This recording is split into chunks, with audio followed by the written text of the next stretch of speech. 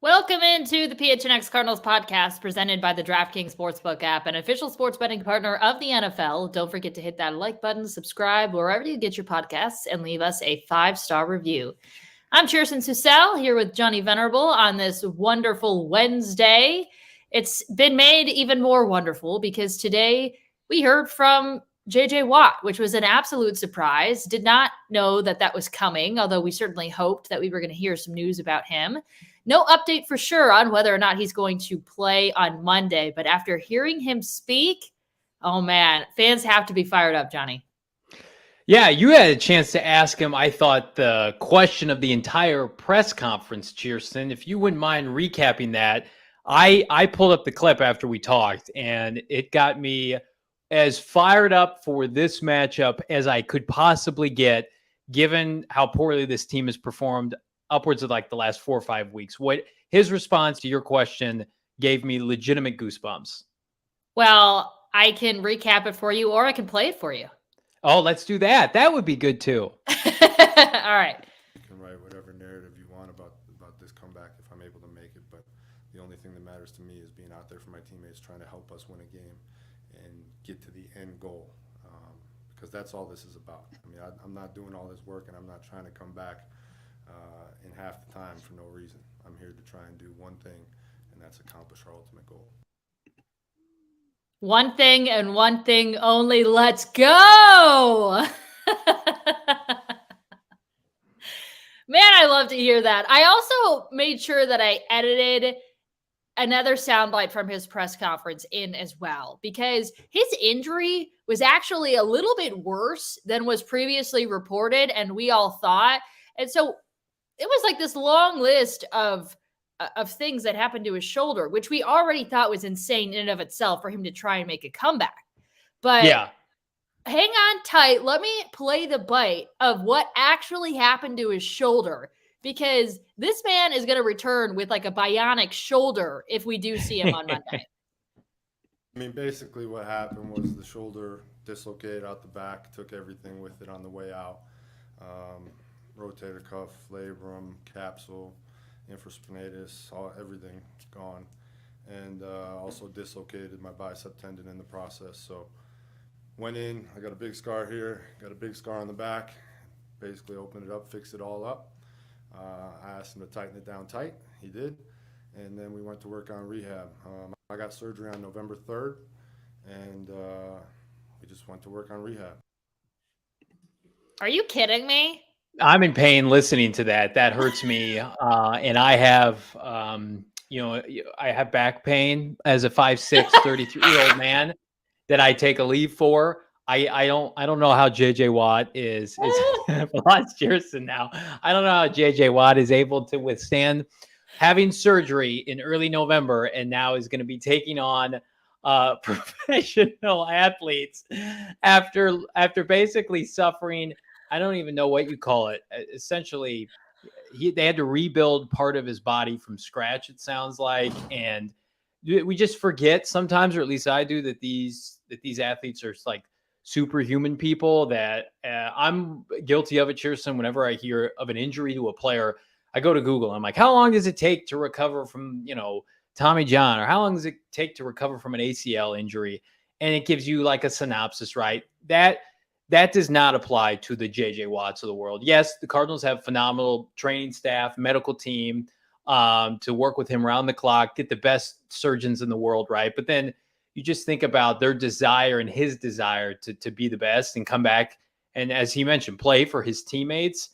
I think that this entire process, from the time he went out to like the hush-hush nature of his rehab and his surgery and the timing with everything, I think that it's cliche to say, there was nothing that was going to stand in his way of returning this year. Nothing. Yeah, and the clip that I played for you was just a portion of his answer to my question, which was, when you step out on that field, if you step out on that field on Monday for a return, are you thinking about everything that you're representing, accomplishing what many thought would be impossible, or what a tremendous work ethic can get you? Or even what you're representing in terms of the jersey you're wearing, because much was made about, Marshall Goldberg, his jersey being unretired so that JJ Watt could wear it.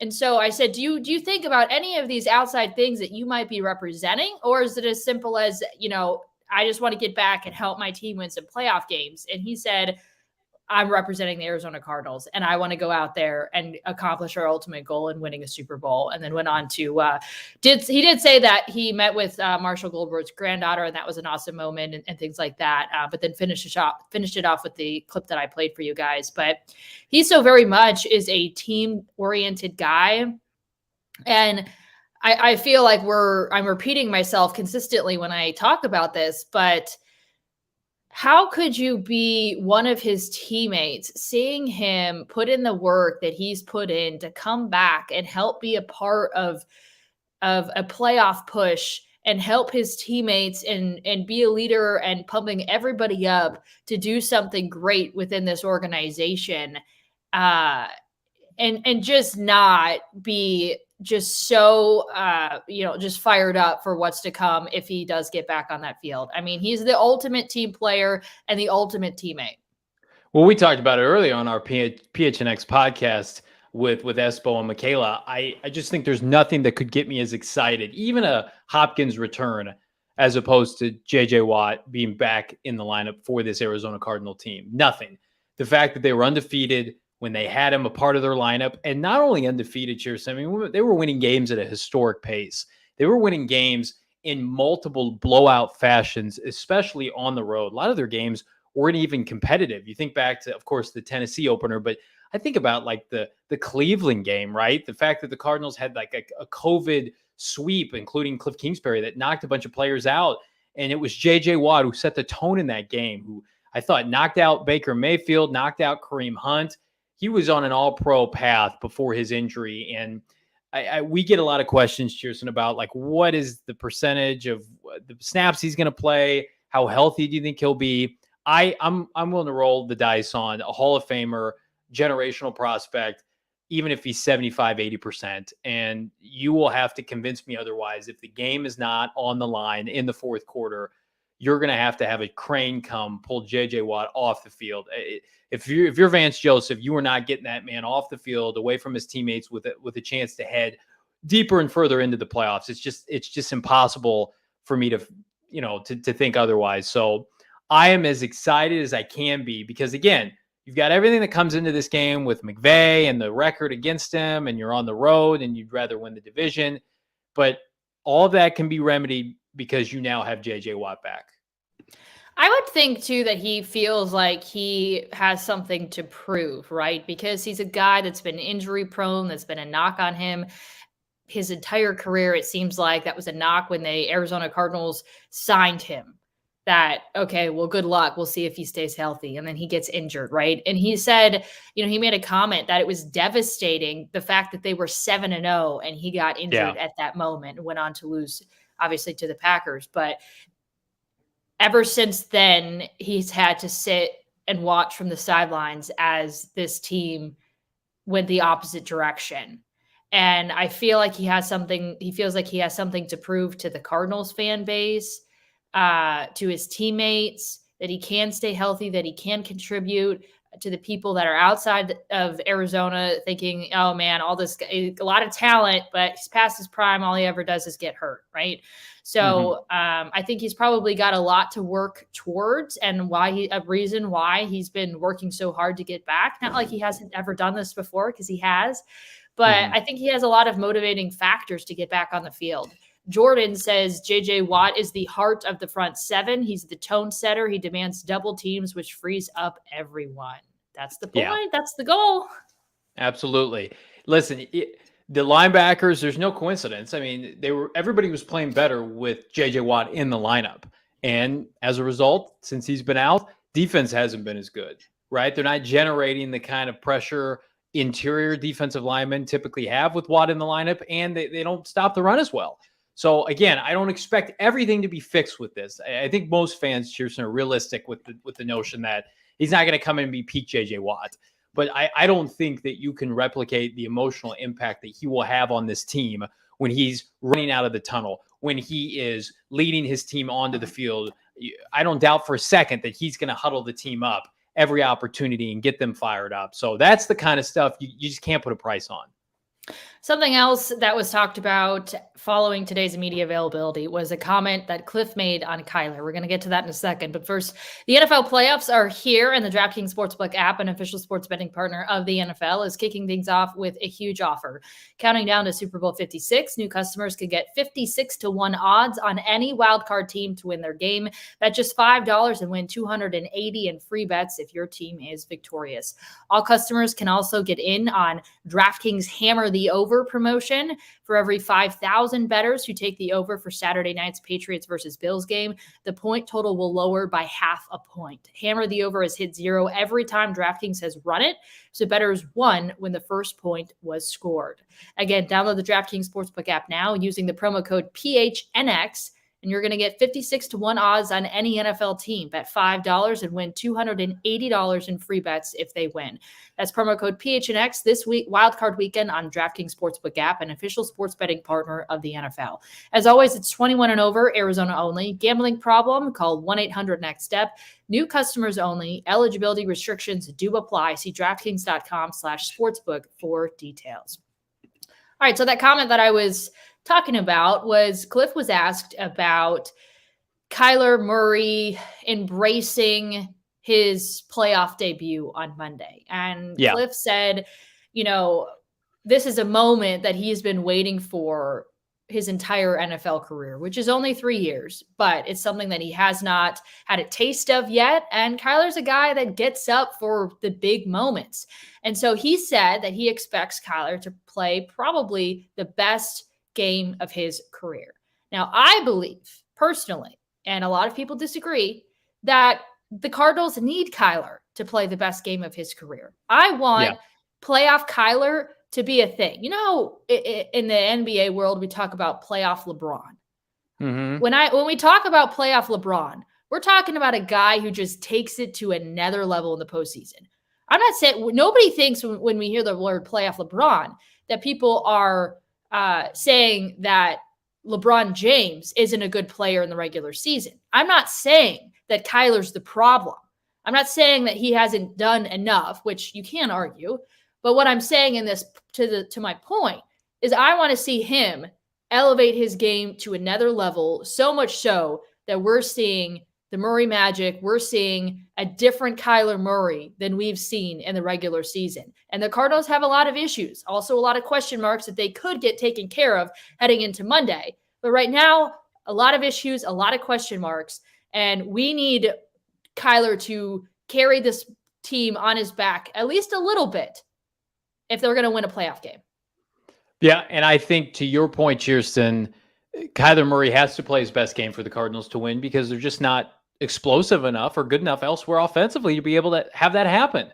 When you've got both of your starting running backs banged up with no DeAndre Hopkins, AJ Green not playing well, Christian Kirk disappearing, the offensive line not playing well. I mean, I think that it is not too much to ask of the number one overall pick, the player that you're going to pay generational money to say, hey, you got to be our best player because we can't win like the Niners win.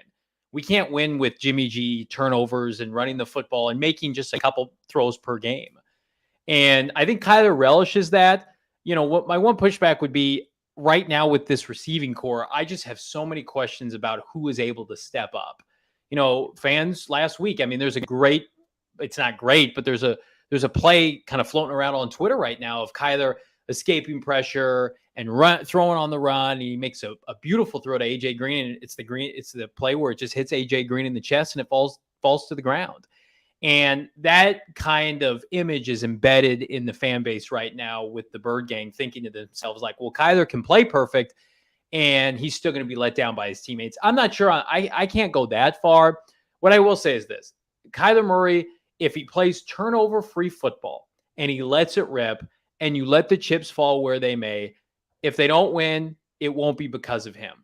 But if he has a turnover like he did to Leonard Floyd, where he threw that interception in the red zone that set the tone in the game at State Farm Stadium in Week 14, then we're talking about a different ball game. But if he plays like he did against the Dallas Cowboys, national TV game just 2 weeks ago at Jerry's World, where, of course, we all wanted him to go back and play for obvious reasons this weekend. If he plays that kind of game, Cardinals are going to be in this to the end, and they're going to have a great chance to win because we both feel like Matthew Stafford is prone to giving up multiple turnovers, even against the Cardinals defense right now on Monday Night Football. So I'm with you. Kyler Murray has been waiting, sometimes patiently, sometimes impatiently, for this Cardinal team to get to the playoffs, right? Didn't happen each of his first 2 years. I'll never forget after he won Offensive Rookie of the Year and he went to collect his award at the NFL awards ceremony, basically saying, like, this isn't the standard. It's not good enough. We will be better. We will be back. And he had never not won, dating back to his high school days, of course, his time at Oklahoma. So I'm sure part of him is just like, we shouldn't be surprised we're here. We should be in the playoffs every year. I expect to be in the playoffs every year. I don't like to lose. If he takes that kind of mentality into the tournament, I think Cardinal fans will be very pleased with what they see. Yeah, there was somebody on Twitter that was saying, I guess Giselle had made a comment about Tom Brady. Basically, he can't throw the ball and be the person catching the ball. And so use that as an argument as to say it's not on Kyler.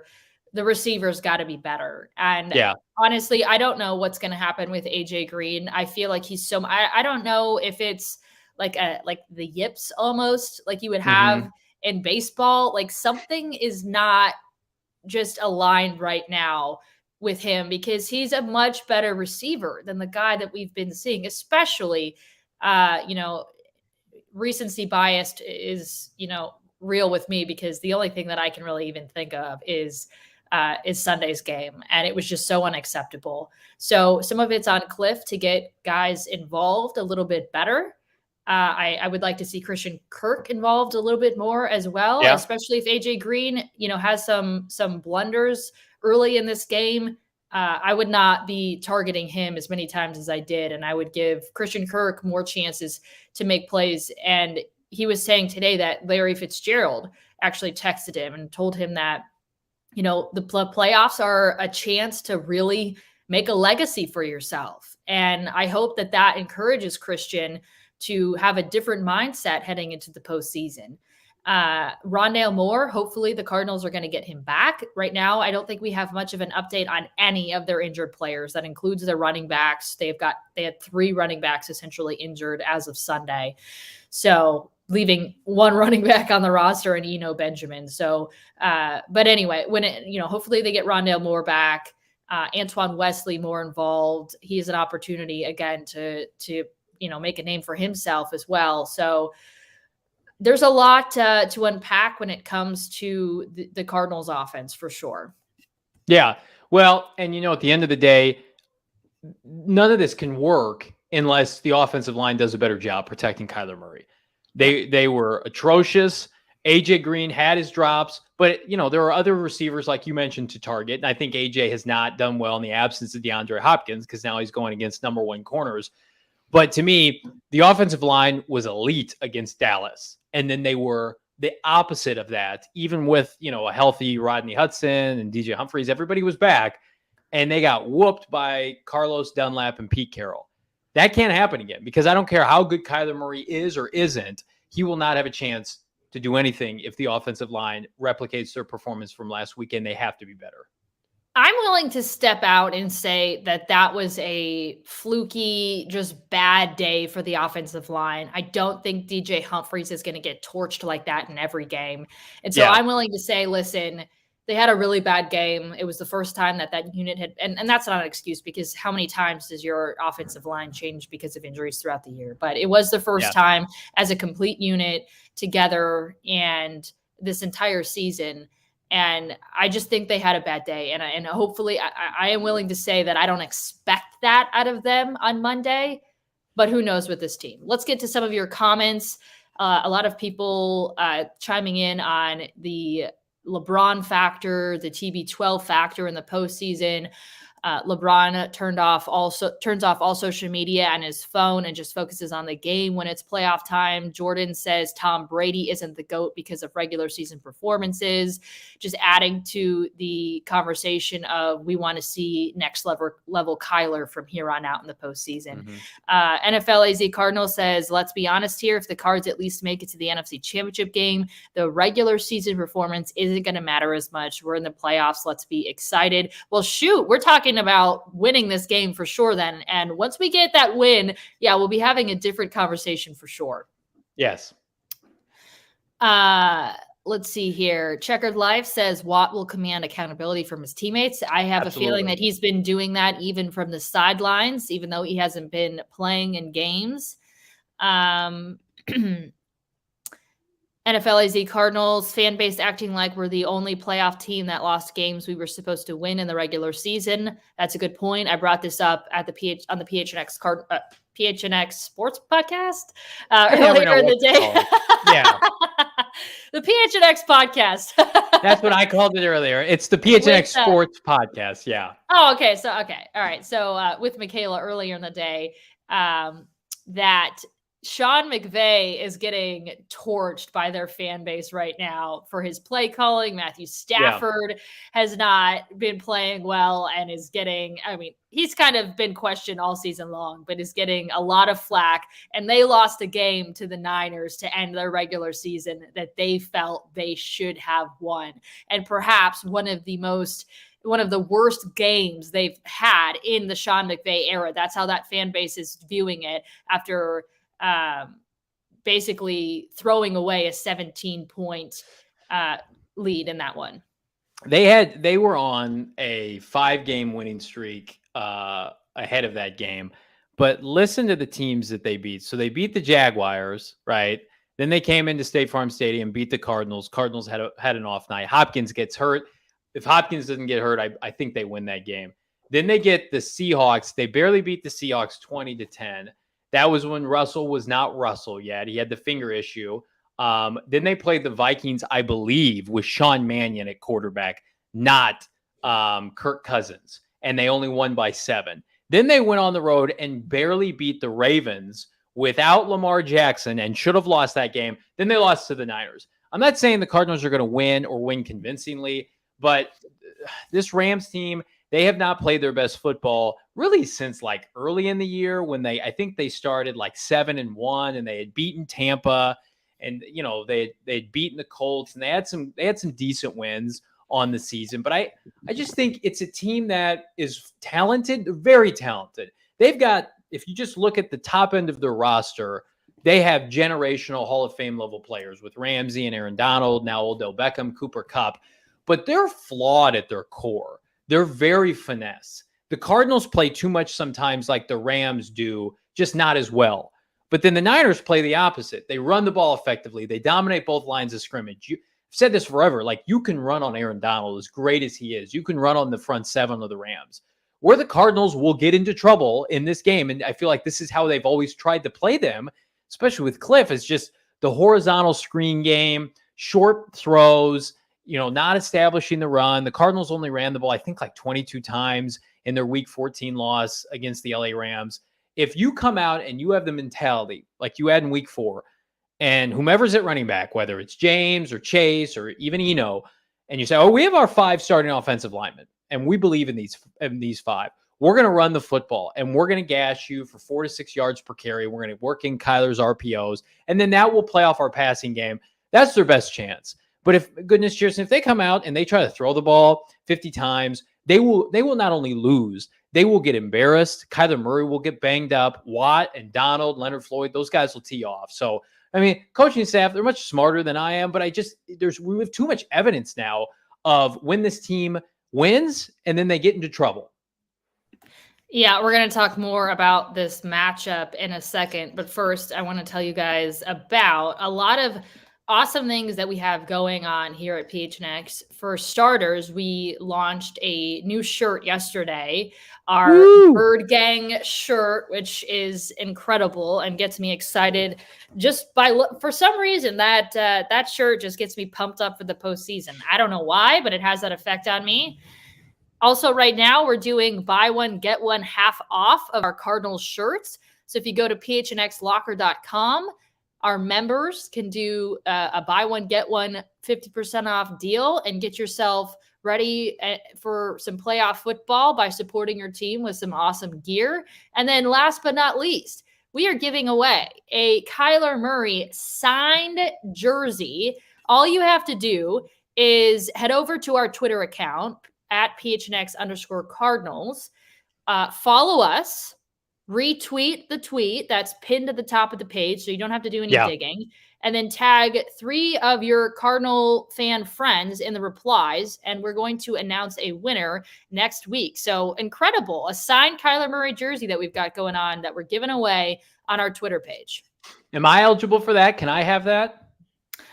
Highly unlikely, Johnny, but you can go ahead and use me as one of your Cardinal fan friends to tag if you feel like you want to. Yes, I'd like to be a reference, please. All right. So talking about the Rams and some areas to exploit, they're going to be missing both their starting safeties and had to sign Eric Weddle, a guy that retired 2 years ago. He's been out of the game since 2019 to help fill some of the void and just bring a body in there. So can the Cardinals take advantage of this opportunity to exploit their secondary? They better. They didn't last week against Seattle, but I think this week, assuming that you get Rondale Moore back, I think Christian Kirk and Antoine Wesley can stretch the field. And I know it was week 4. AJ Green had a long touchdown against the Rams. That's why I think it's so imperative to establish a running game so then you can work off of the play action and get that big play that you desperately want from Kyler Murray and company.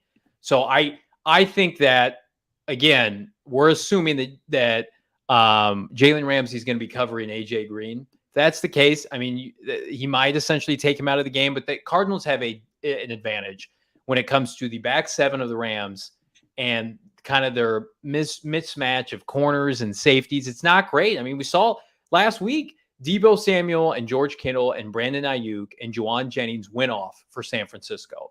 But what did they do to establish that? They worked off a play action. They got Jimmy G some time in the pocket, and he picked them apart. He went the length of the field in 90 seconds to send that game to overtime, and then they eventually won it. So I think that I don't think Lightning's going to strike twice. I think the Cardinals will take advantage. I think Kyler Murray will have success throwing the ball downfield. We seem like we're due for not only a Christian Kirk big play, but a big play touchdown, a long bomb of a touchdown, single coverage. You had that beautiful catch and throw last week from Kyler that set up an eventual score. So I think that the big play will be there. My only question, Chierstin, is will the offensive line hold up enough for Kyler to be able to set his feet and throw?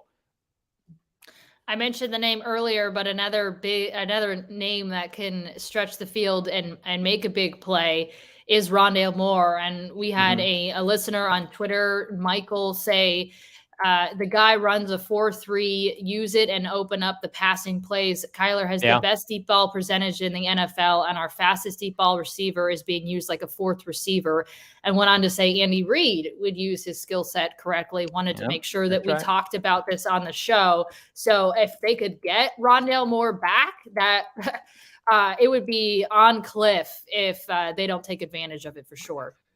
It's a great point by our listener. It'd be a godsend. And again, the Tyreek Hill comparison, I'm sure, is kind of what he was, suggesting with Andy Reid. I would also agree that Rondale Moore, I think my favorite play of the season, Chierstin, week 2 at home, Kyler Murray scrambling out of the pocket and hitting Rondale Moore deep and scoring a touchdown against the Vikings that inevitably helped them win that game. It just feels like really the second half of the season, Rondale has been used more like a gadget player in the short to intermediate passing game, end arounds, and that's fine if you want to incorporate some of that. But I mean, he's a big play threat, and I would take some shots downfield with both he and Kirk this week because they're going to get single covered. So the Cardinals need Rondale Moore back. Who knows? Maybe he was ready to play last week, and they're just being extra precautious because it feels like we have not seen him for a month's time. And the Cardinals desperately need his speed and shiftiness in the open field to exploit the Rams defense.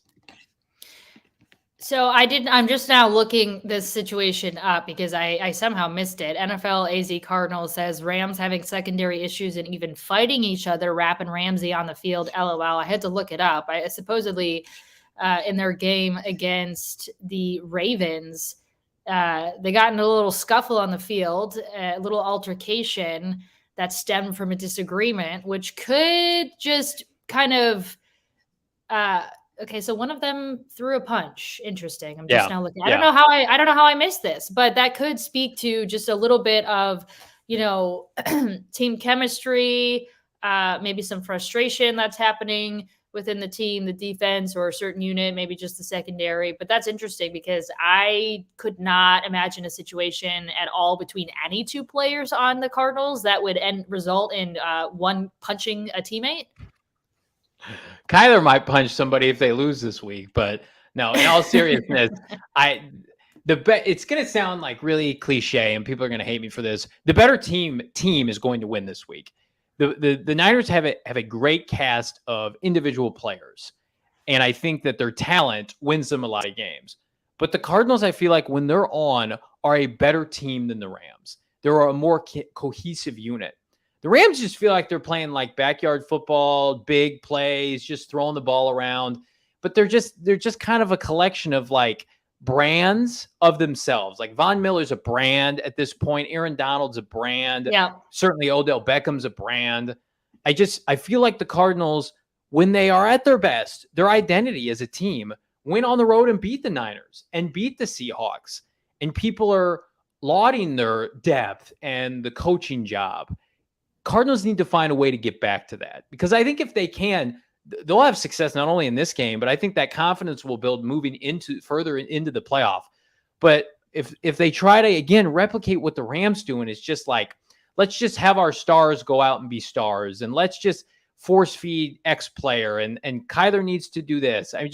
They need to have a game plan where it's all evened out, and whatever happens. We don't need to try to make sure that Kyler has so many attempts, right? Or the defensive player, X player gets his. They haven't played like a cohesive team in so long. And I can't believe that I'm saying that, because you would never thought that after they went into Seattle and dominated them with Colt McCoy. And then they're losing to Seattle at home with Kyler Murray. They need to get back to whatever they had earlier. I agree. And I think we've also established two ways in which you can beat the Rams, and that's exploiting their defense, taking advantage of their their lack of depth in the secondary, and then getting pressure on Matthew Stafford, because he's a guy that you can definitely throw off course and has turned the ball over way too many times for their liking as well. So two areas that you can definitely hone in on in this game to hopefully will yourself to a win. Let's move into our mailbag. We've got some questions from our listeners from Twitter. But first, want to remind you guys that the DraftKings Sportsbook app has a promo going on right now. If you use the code PHNX, you can get 56-1 odds on any NFL team. So bet $5 and win $280 in free bets if your team wins, which is pretty simple. Again, that's using the promo code PHNX this wildcard weekend at DraftKings Sportsbook app, an official sports betting partner of the NFL. All right, Johnny, you ready to get to our mailbag? Let's do it. All righty. Love the mailbag. Bird Gang Blitz mailbag, here we come. All right, Gertrude asking, no chance we win if the Rams stick to the run, right? Well, have you seen the Rams running game, Gertrude? It's awful. I don't think they want to run the football. And I think that if the Cardinals do a good enough job early in this game, it's cliche to say, I think they'll abandon the run. Sony Michel was putrid last week. Cam Akers off his Achilles. I'm not buying that either. If the Cardinals can force Sean McVay to do what he does best now, not historically, but now, and that's become one-dimensional, they'll have a great shot to tee off on Matthew Stafford. I'm trying to pull up Sony Michel's numbers here, but it was significant. I know that the 49ers have right now a better front seven to the Cardinals. Sony Michel had 21 carries for 43 yards.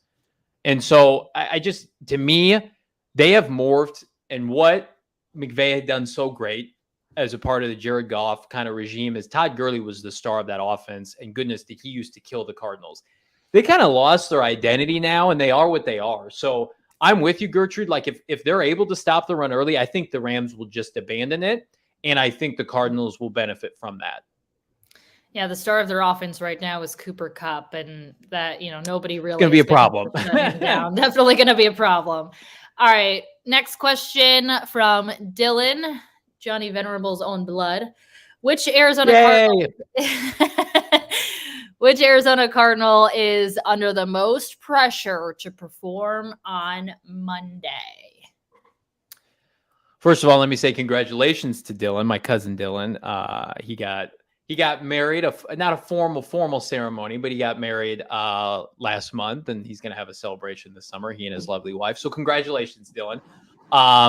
Who's under the most pressure of any of the players? I don't know how you can't go with Kyler Murray, just because I think, to your point, Chierstin, like a strong performance from Kyler wins them this game. And if he doesn't play well, unlike Jimmy G, they lose a game. So I will say Kyler Murray. Yeah, I was also asked yesterday by somebody on another podcast, is Kyler Murray worth a big extension? And I basically said, I haven't been thinking that far ahead. Do I think he's going to get an extension? I do. Do I think he's worth a big extension? That's TBD in my opinion. And so Kyler has a lot to play for right now. He's playing to solidify himself as a franchise quarterback, as a legitimate quarterback in the National Football League, and somebody that deserves a big contract, which I'm sure he's going to get. But hey, it's his first opportunity, and he's in year 3. And so dude's got a lot to prove. Aside from, yes, they need him to have a fantastic game in order to put them in a position to win. Anything else? Well, I was just going to say, too, people compare Kyler to Lamar Jackson and Josh Allen and Patrick Mahomes. Those guys have had multiple playoff runs. 2 of those guys have won MVPs. All of them have completed full seasons and made the playoffs. Kyler hasn't done that yet. Now, he took over the worst situation. So I think the contract that we all assumed was coming, maybe they push that off until after next season. That's a good point. All right. One more question from Dylan. Is there anything Chandler Jones could do Monday and or a divisional/conference championship to convince Keim that he is worth re-signing? I'll take a crack at this first. I think Chandler Jones is in a different position than others because he had made it clear. Remember all of that offseason debacle where he asked for a trade at one point and then kind of retracted that. Was super frustrated with the fact that he didn't get a long-term big-time deal. Chandler Jones wants a long-term big-time deal. So I don't think that he's going to settle for something less than he feels he deserves. And to be honest with you, I don't know that he deserves the deal that he's after. Regardless of what he does here in the postseason, unless it's just like so incredible, 5 sacks, the difference maker, leads him to a Super Bowl. Like, I don't know that there's anything really that's in his physical capabilities that he's going to do in the postseason to warrant a long-term big money deal. Yeah, I totally agree. Now, would I welcome 5 sacks on Monday night? And will I happily eat all the crow and pay Chandler Jones every GD dollar he wants? Of course. And Steve Keim would say the same thing. Chandler, I will break off the fattest contract that you probably don't deserve if you dominate this game Monday. Because at the end of the day, money's all relative. You can manipulate the cap. I think if he has a historic postseason run, the Cardinals will say, whatever you need, we'll take care of you. Just keep dominating. If he disappears, then I think we're seeing the last final weeks of Chandler Jones as a Cardinal, although from a 1-year franchise tag standpoint, I mean, he can't not play on the tag. So I think that right now it's between being franchised and letting him hit free agency. Brandon says, I will give Chandler his deal if he has 3 sacks with 3 forced fumbles. See, he gets it. Okay. Yes, as would I. Also, a lot of people asking about what Kyler is worth. I feel like let's just see what he does in this postseason, and let's have the conversation in the offseason because it is, in my opinion, going to determine what he's worth moving forward. Absolutely. All right. Absolutely.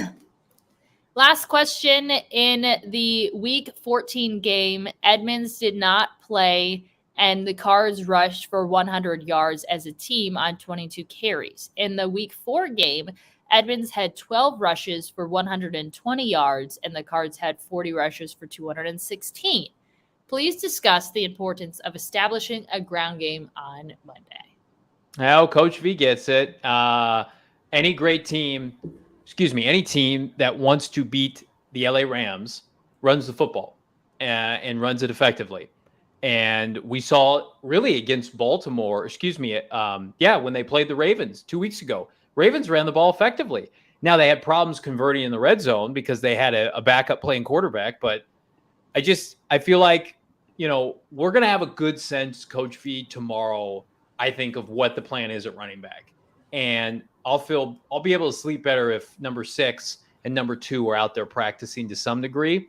But if it's Eno Benjamin, as much as we hope that they're going to work to establish the run, I can't see Cliff Kingsbury on Monday night giving Eno Benjamin the necessary touches to keep this game balanced, to keep this offense balanced. That's probably my biggest fear. But I'm with you. If both players are healthy, I'm going to be very upset watching that game with you, Chierstin, in the press box, watching Kyler Murray take hit after hit after hit on predictable passing downs.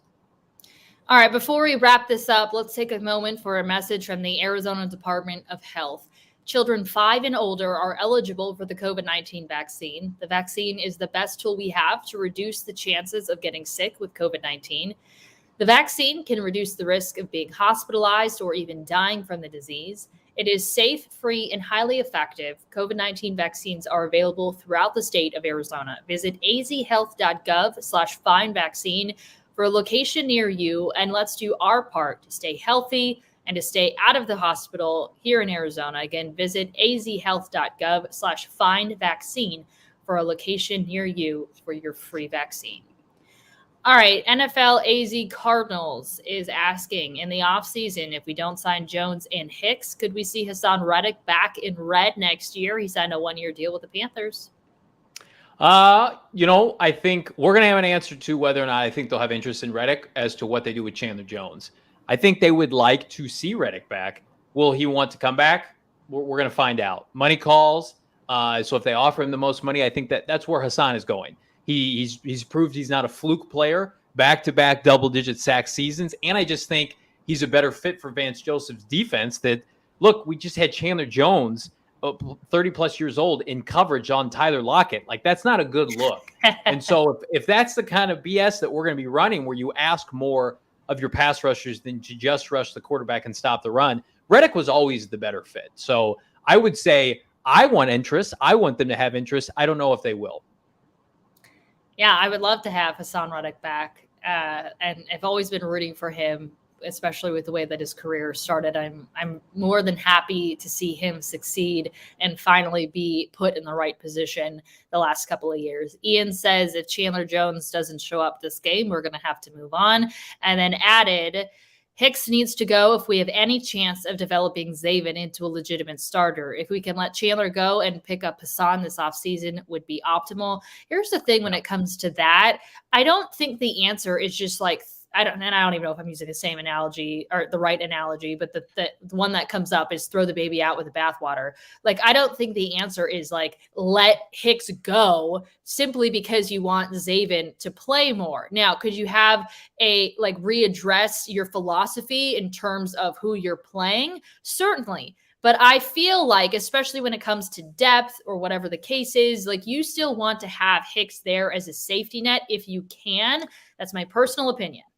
I will make a bold statement right now that I will back up into the offseason. If Vance Joseph is still the defensive coordinator for this team post-January, there is zero chance that Jordan Hicks is not on this team. Who is taking Jordan Hicks' spot on the defense? What Isaiah Simmons isn't playing Jordan Hicks's role. I don't know what the hell Simmons does in terms of like his role, but it's not what Jordan Hicks does. And Zaven Collins hasn't been playing Hicks's role either. So like, who's his heir apparent? I can tell you who it's not going to be. Some rookie, because he doesn't play rookies. So if they say, Vance, you're coming back, Jordan's coming back too. I think the bigger issue is, how do we get, to Chierstin's point, everybody on the field and helping? Because I agree, like, if Zaven wasn't ready to play, of course, don't play him. But I watch other players who their ceilings are so limited, and I'm like, well, what are we doing here? So Hicks will be back, barring if Vance Joseph leaves for a head job or they mutually part ways. I think maybe they trade Hicks to whatever team Vance is on to help him acclimate his defense. I have concerns, and we've talked about this before, Chierstin, about Hicks's ability to get the most out of both Simmons and Collins. And if I'm Steve Keim, that's concerning because of the amount of draft capital I've spent on both those players.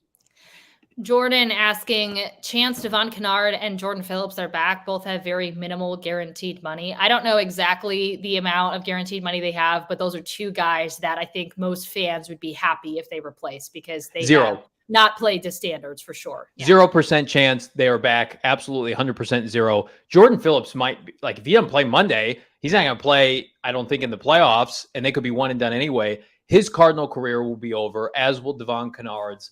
Kennard had the key missed tackle last week against Rashad Penny. And we're putting salt in the wound here. He just hasn't been, that wasn't a good signing. That's why they traded for Marcus Golden. So Cardinals have a bunch of money they can recoup, that they can go and reallocate this offseason. Both of those guys, I don't want to say major whiffs, but it's close to as bad as you can get, especially with Phillips, who just was hurt all the time. At least Kennard was available and was on special teams or whatever. But well, remember too, Jordan Phillips, and I think we finally got clarity of, and I don't even remember what the injury was, but for the first 6 or 7 weeks of the season, it was like we were making jokes about, Frank, what'd you do with Jordan Phillips? Where is he? Rocking Frank's basement. Yeah, because nobody knew why he wasn't playing or what his deal was. And there was theories that he was just so bad that for whatever reason, the Cardinals just didn't want to have anything to do with him. And then all of a sudden he appeared in week 6 or 7 and they talked about the injury that he had supposedly been battling. But that was also bizarre with the way that the season started with Jordan Phillips. Yeah. NFL AZ Cardinals brings up a good point. So there's a player, Chierstin, I don't know if you remember him or not. There is Phil on. The Cardinals signed him 2-3 seasons ago. He didn't even make it to training camp. He got caught at maybe a strip club with a gun and threatened a woman, and they released him. And he's with the Raiders now, and he's playing. But it kind of underscores the key issue that they've had around that position. It's why they brought in Phillips. It's why they brought in Watt. They've been patient with Zach Allen. And I think that is the position to me. And it's not a great draft class. We'll get into all this in the offseason for defensive tackle. But Steve Keim has been desperate to add a first-round impact defensive tackle really since Kyler Murray, because he wanted Quinnen Williams. He wanted Derek Brown the following year. If there's a position right now where I'd said, if they don't address it in free agency, I think the Cardinals will take a D tackle very high this year in the draft. Yeah, I would agree with that for sure. Let's wrap it up on this. And we touched on it earlier, but it's a good way to end for anybody that didn't join us off the top of the show. Ian asking any word on Edmonds or Connor. So right now we don't have any word on really any injuries right now. And that includes JJ Watt. So the Cardinals are going to get back to the practice field tomorrow. And from there kind of reassess where everybody is. So no word yet on Chase Edmonds, James Conner, Jonathan Ward, Marco Wilson, Rondale Moore. Am I missing anybody? I think you've got everybody. I would also say DJ Humphries, how does he look? Somebody needs to ask Kingsbury. I asked him post-game on Sunday, is he healthy? He's he's healthy. So make sure he gets through practice this week without being limited. Right. Yeah, that's another one quickly. to watch out. What I'll say, Ian, on both those players, they're both scheduled free agents. So you can look at it one of two ways.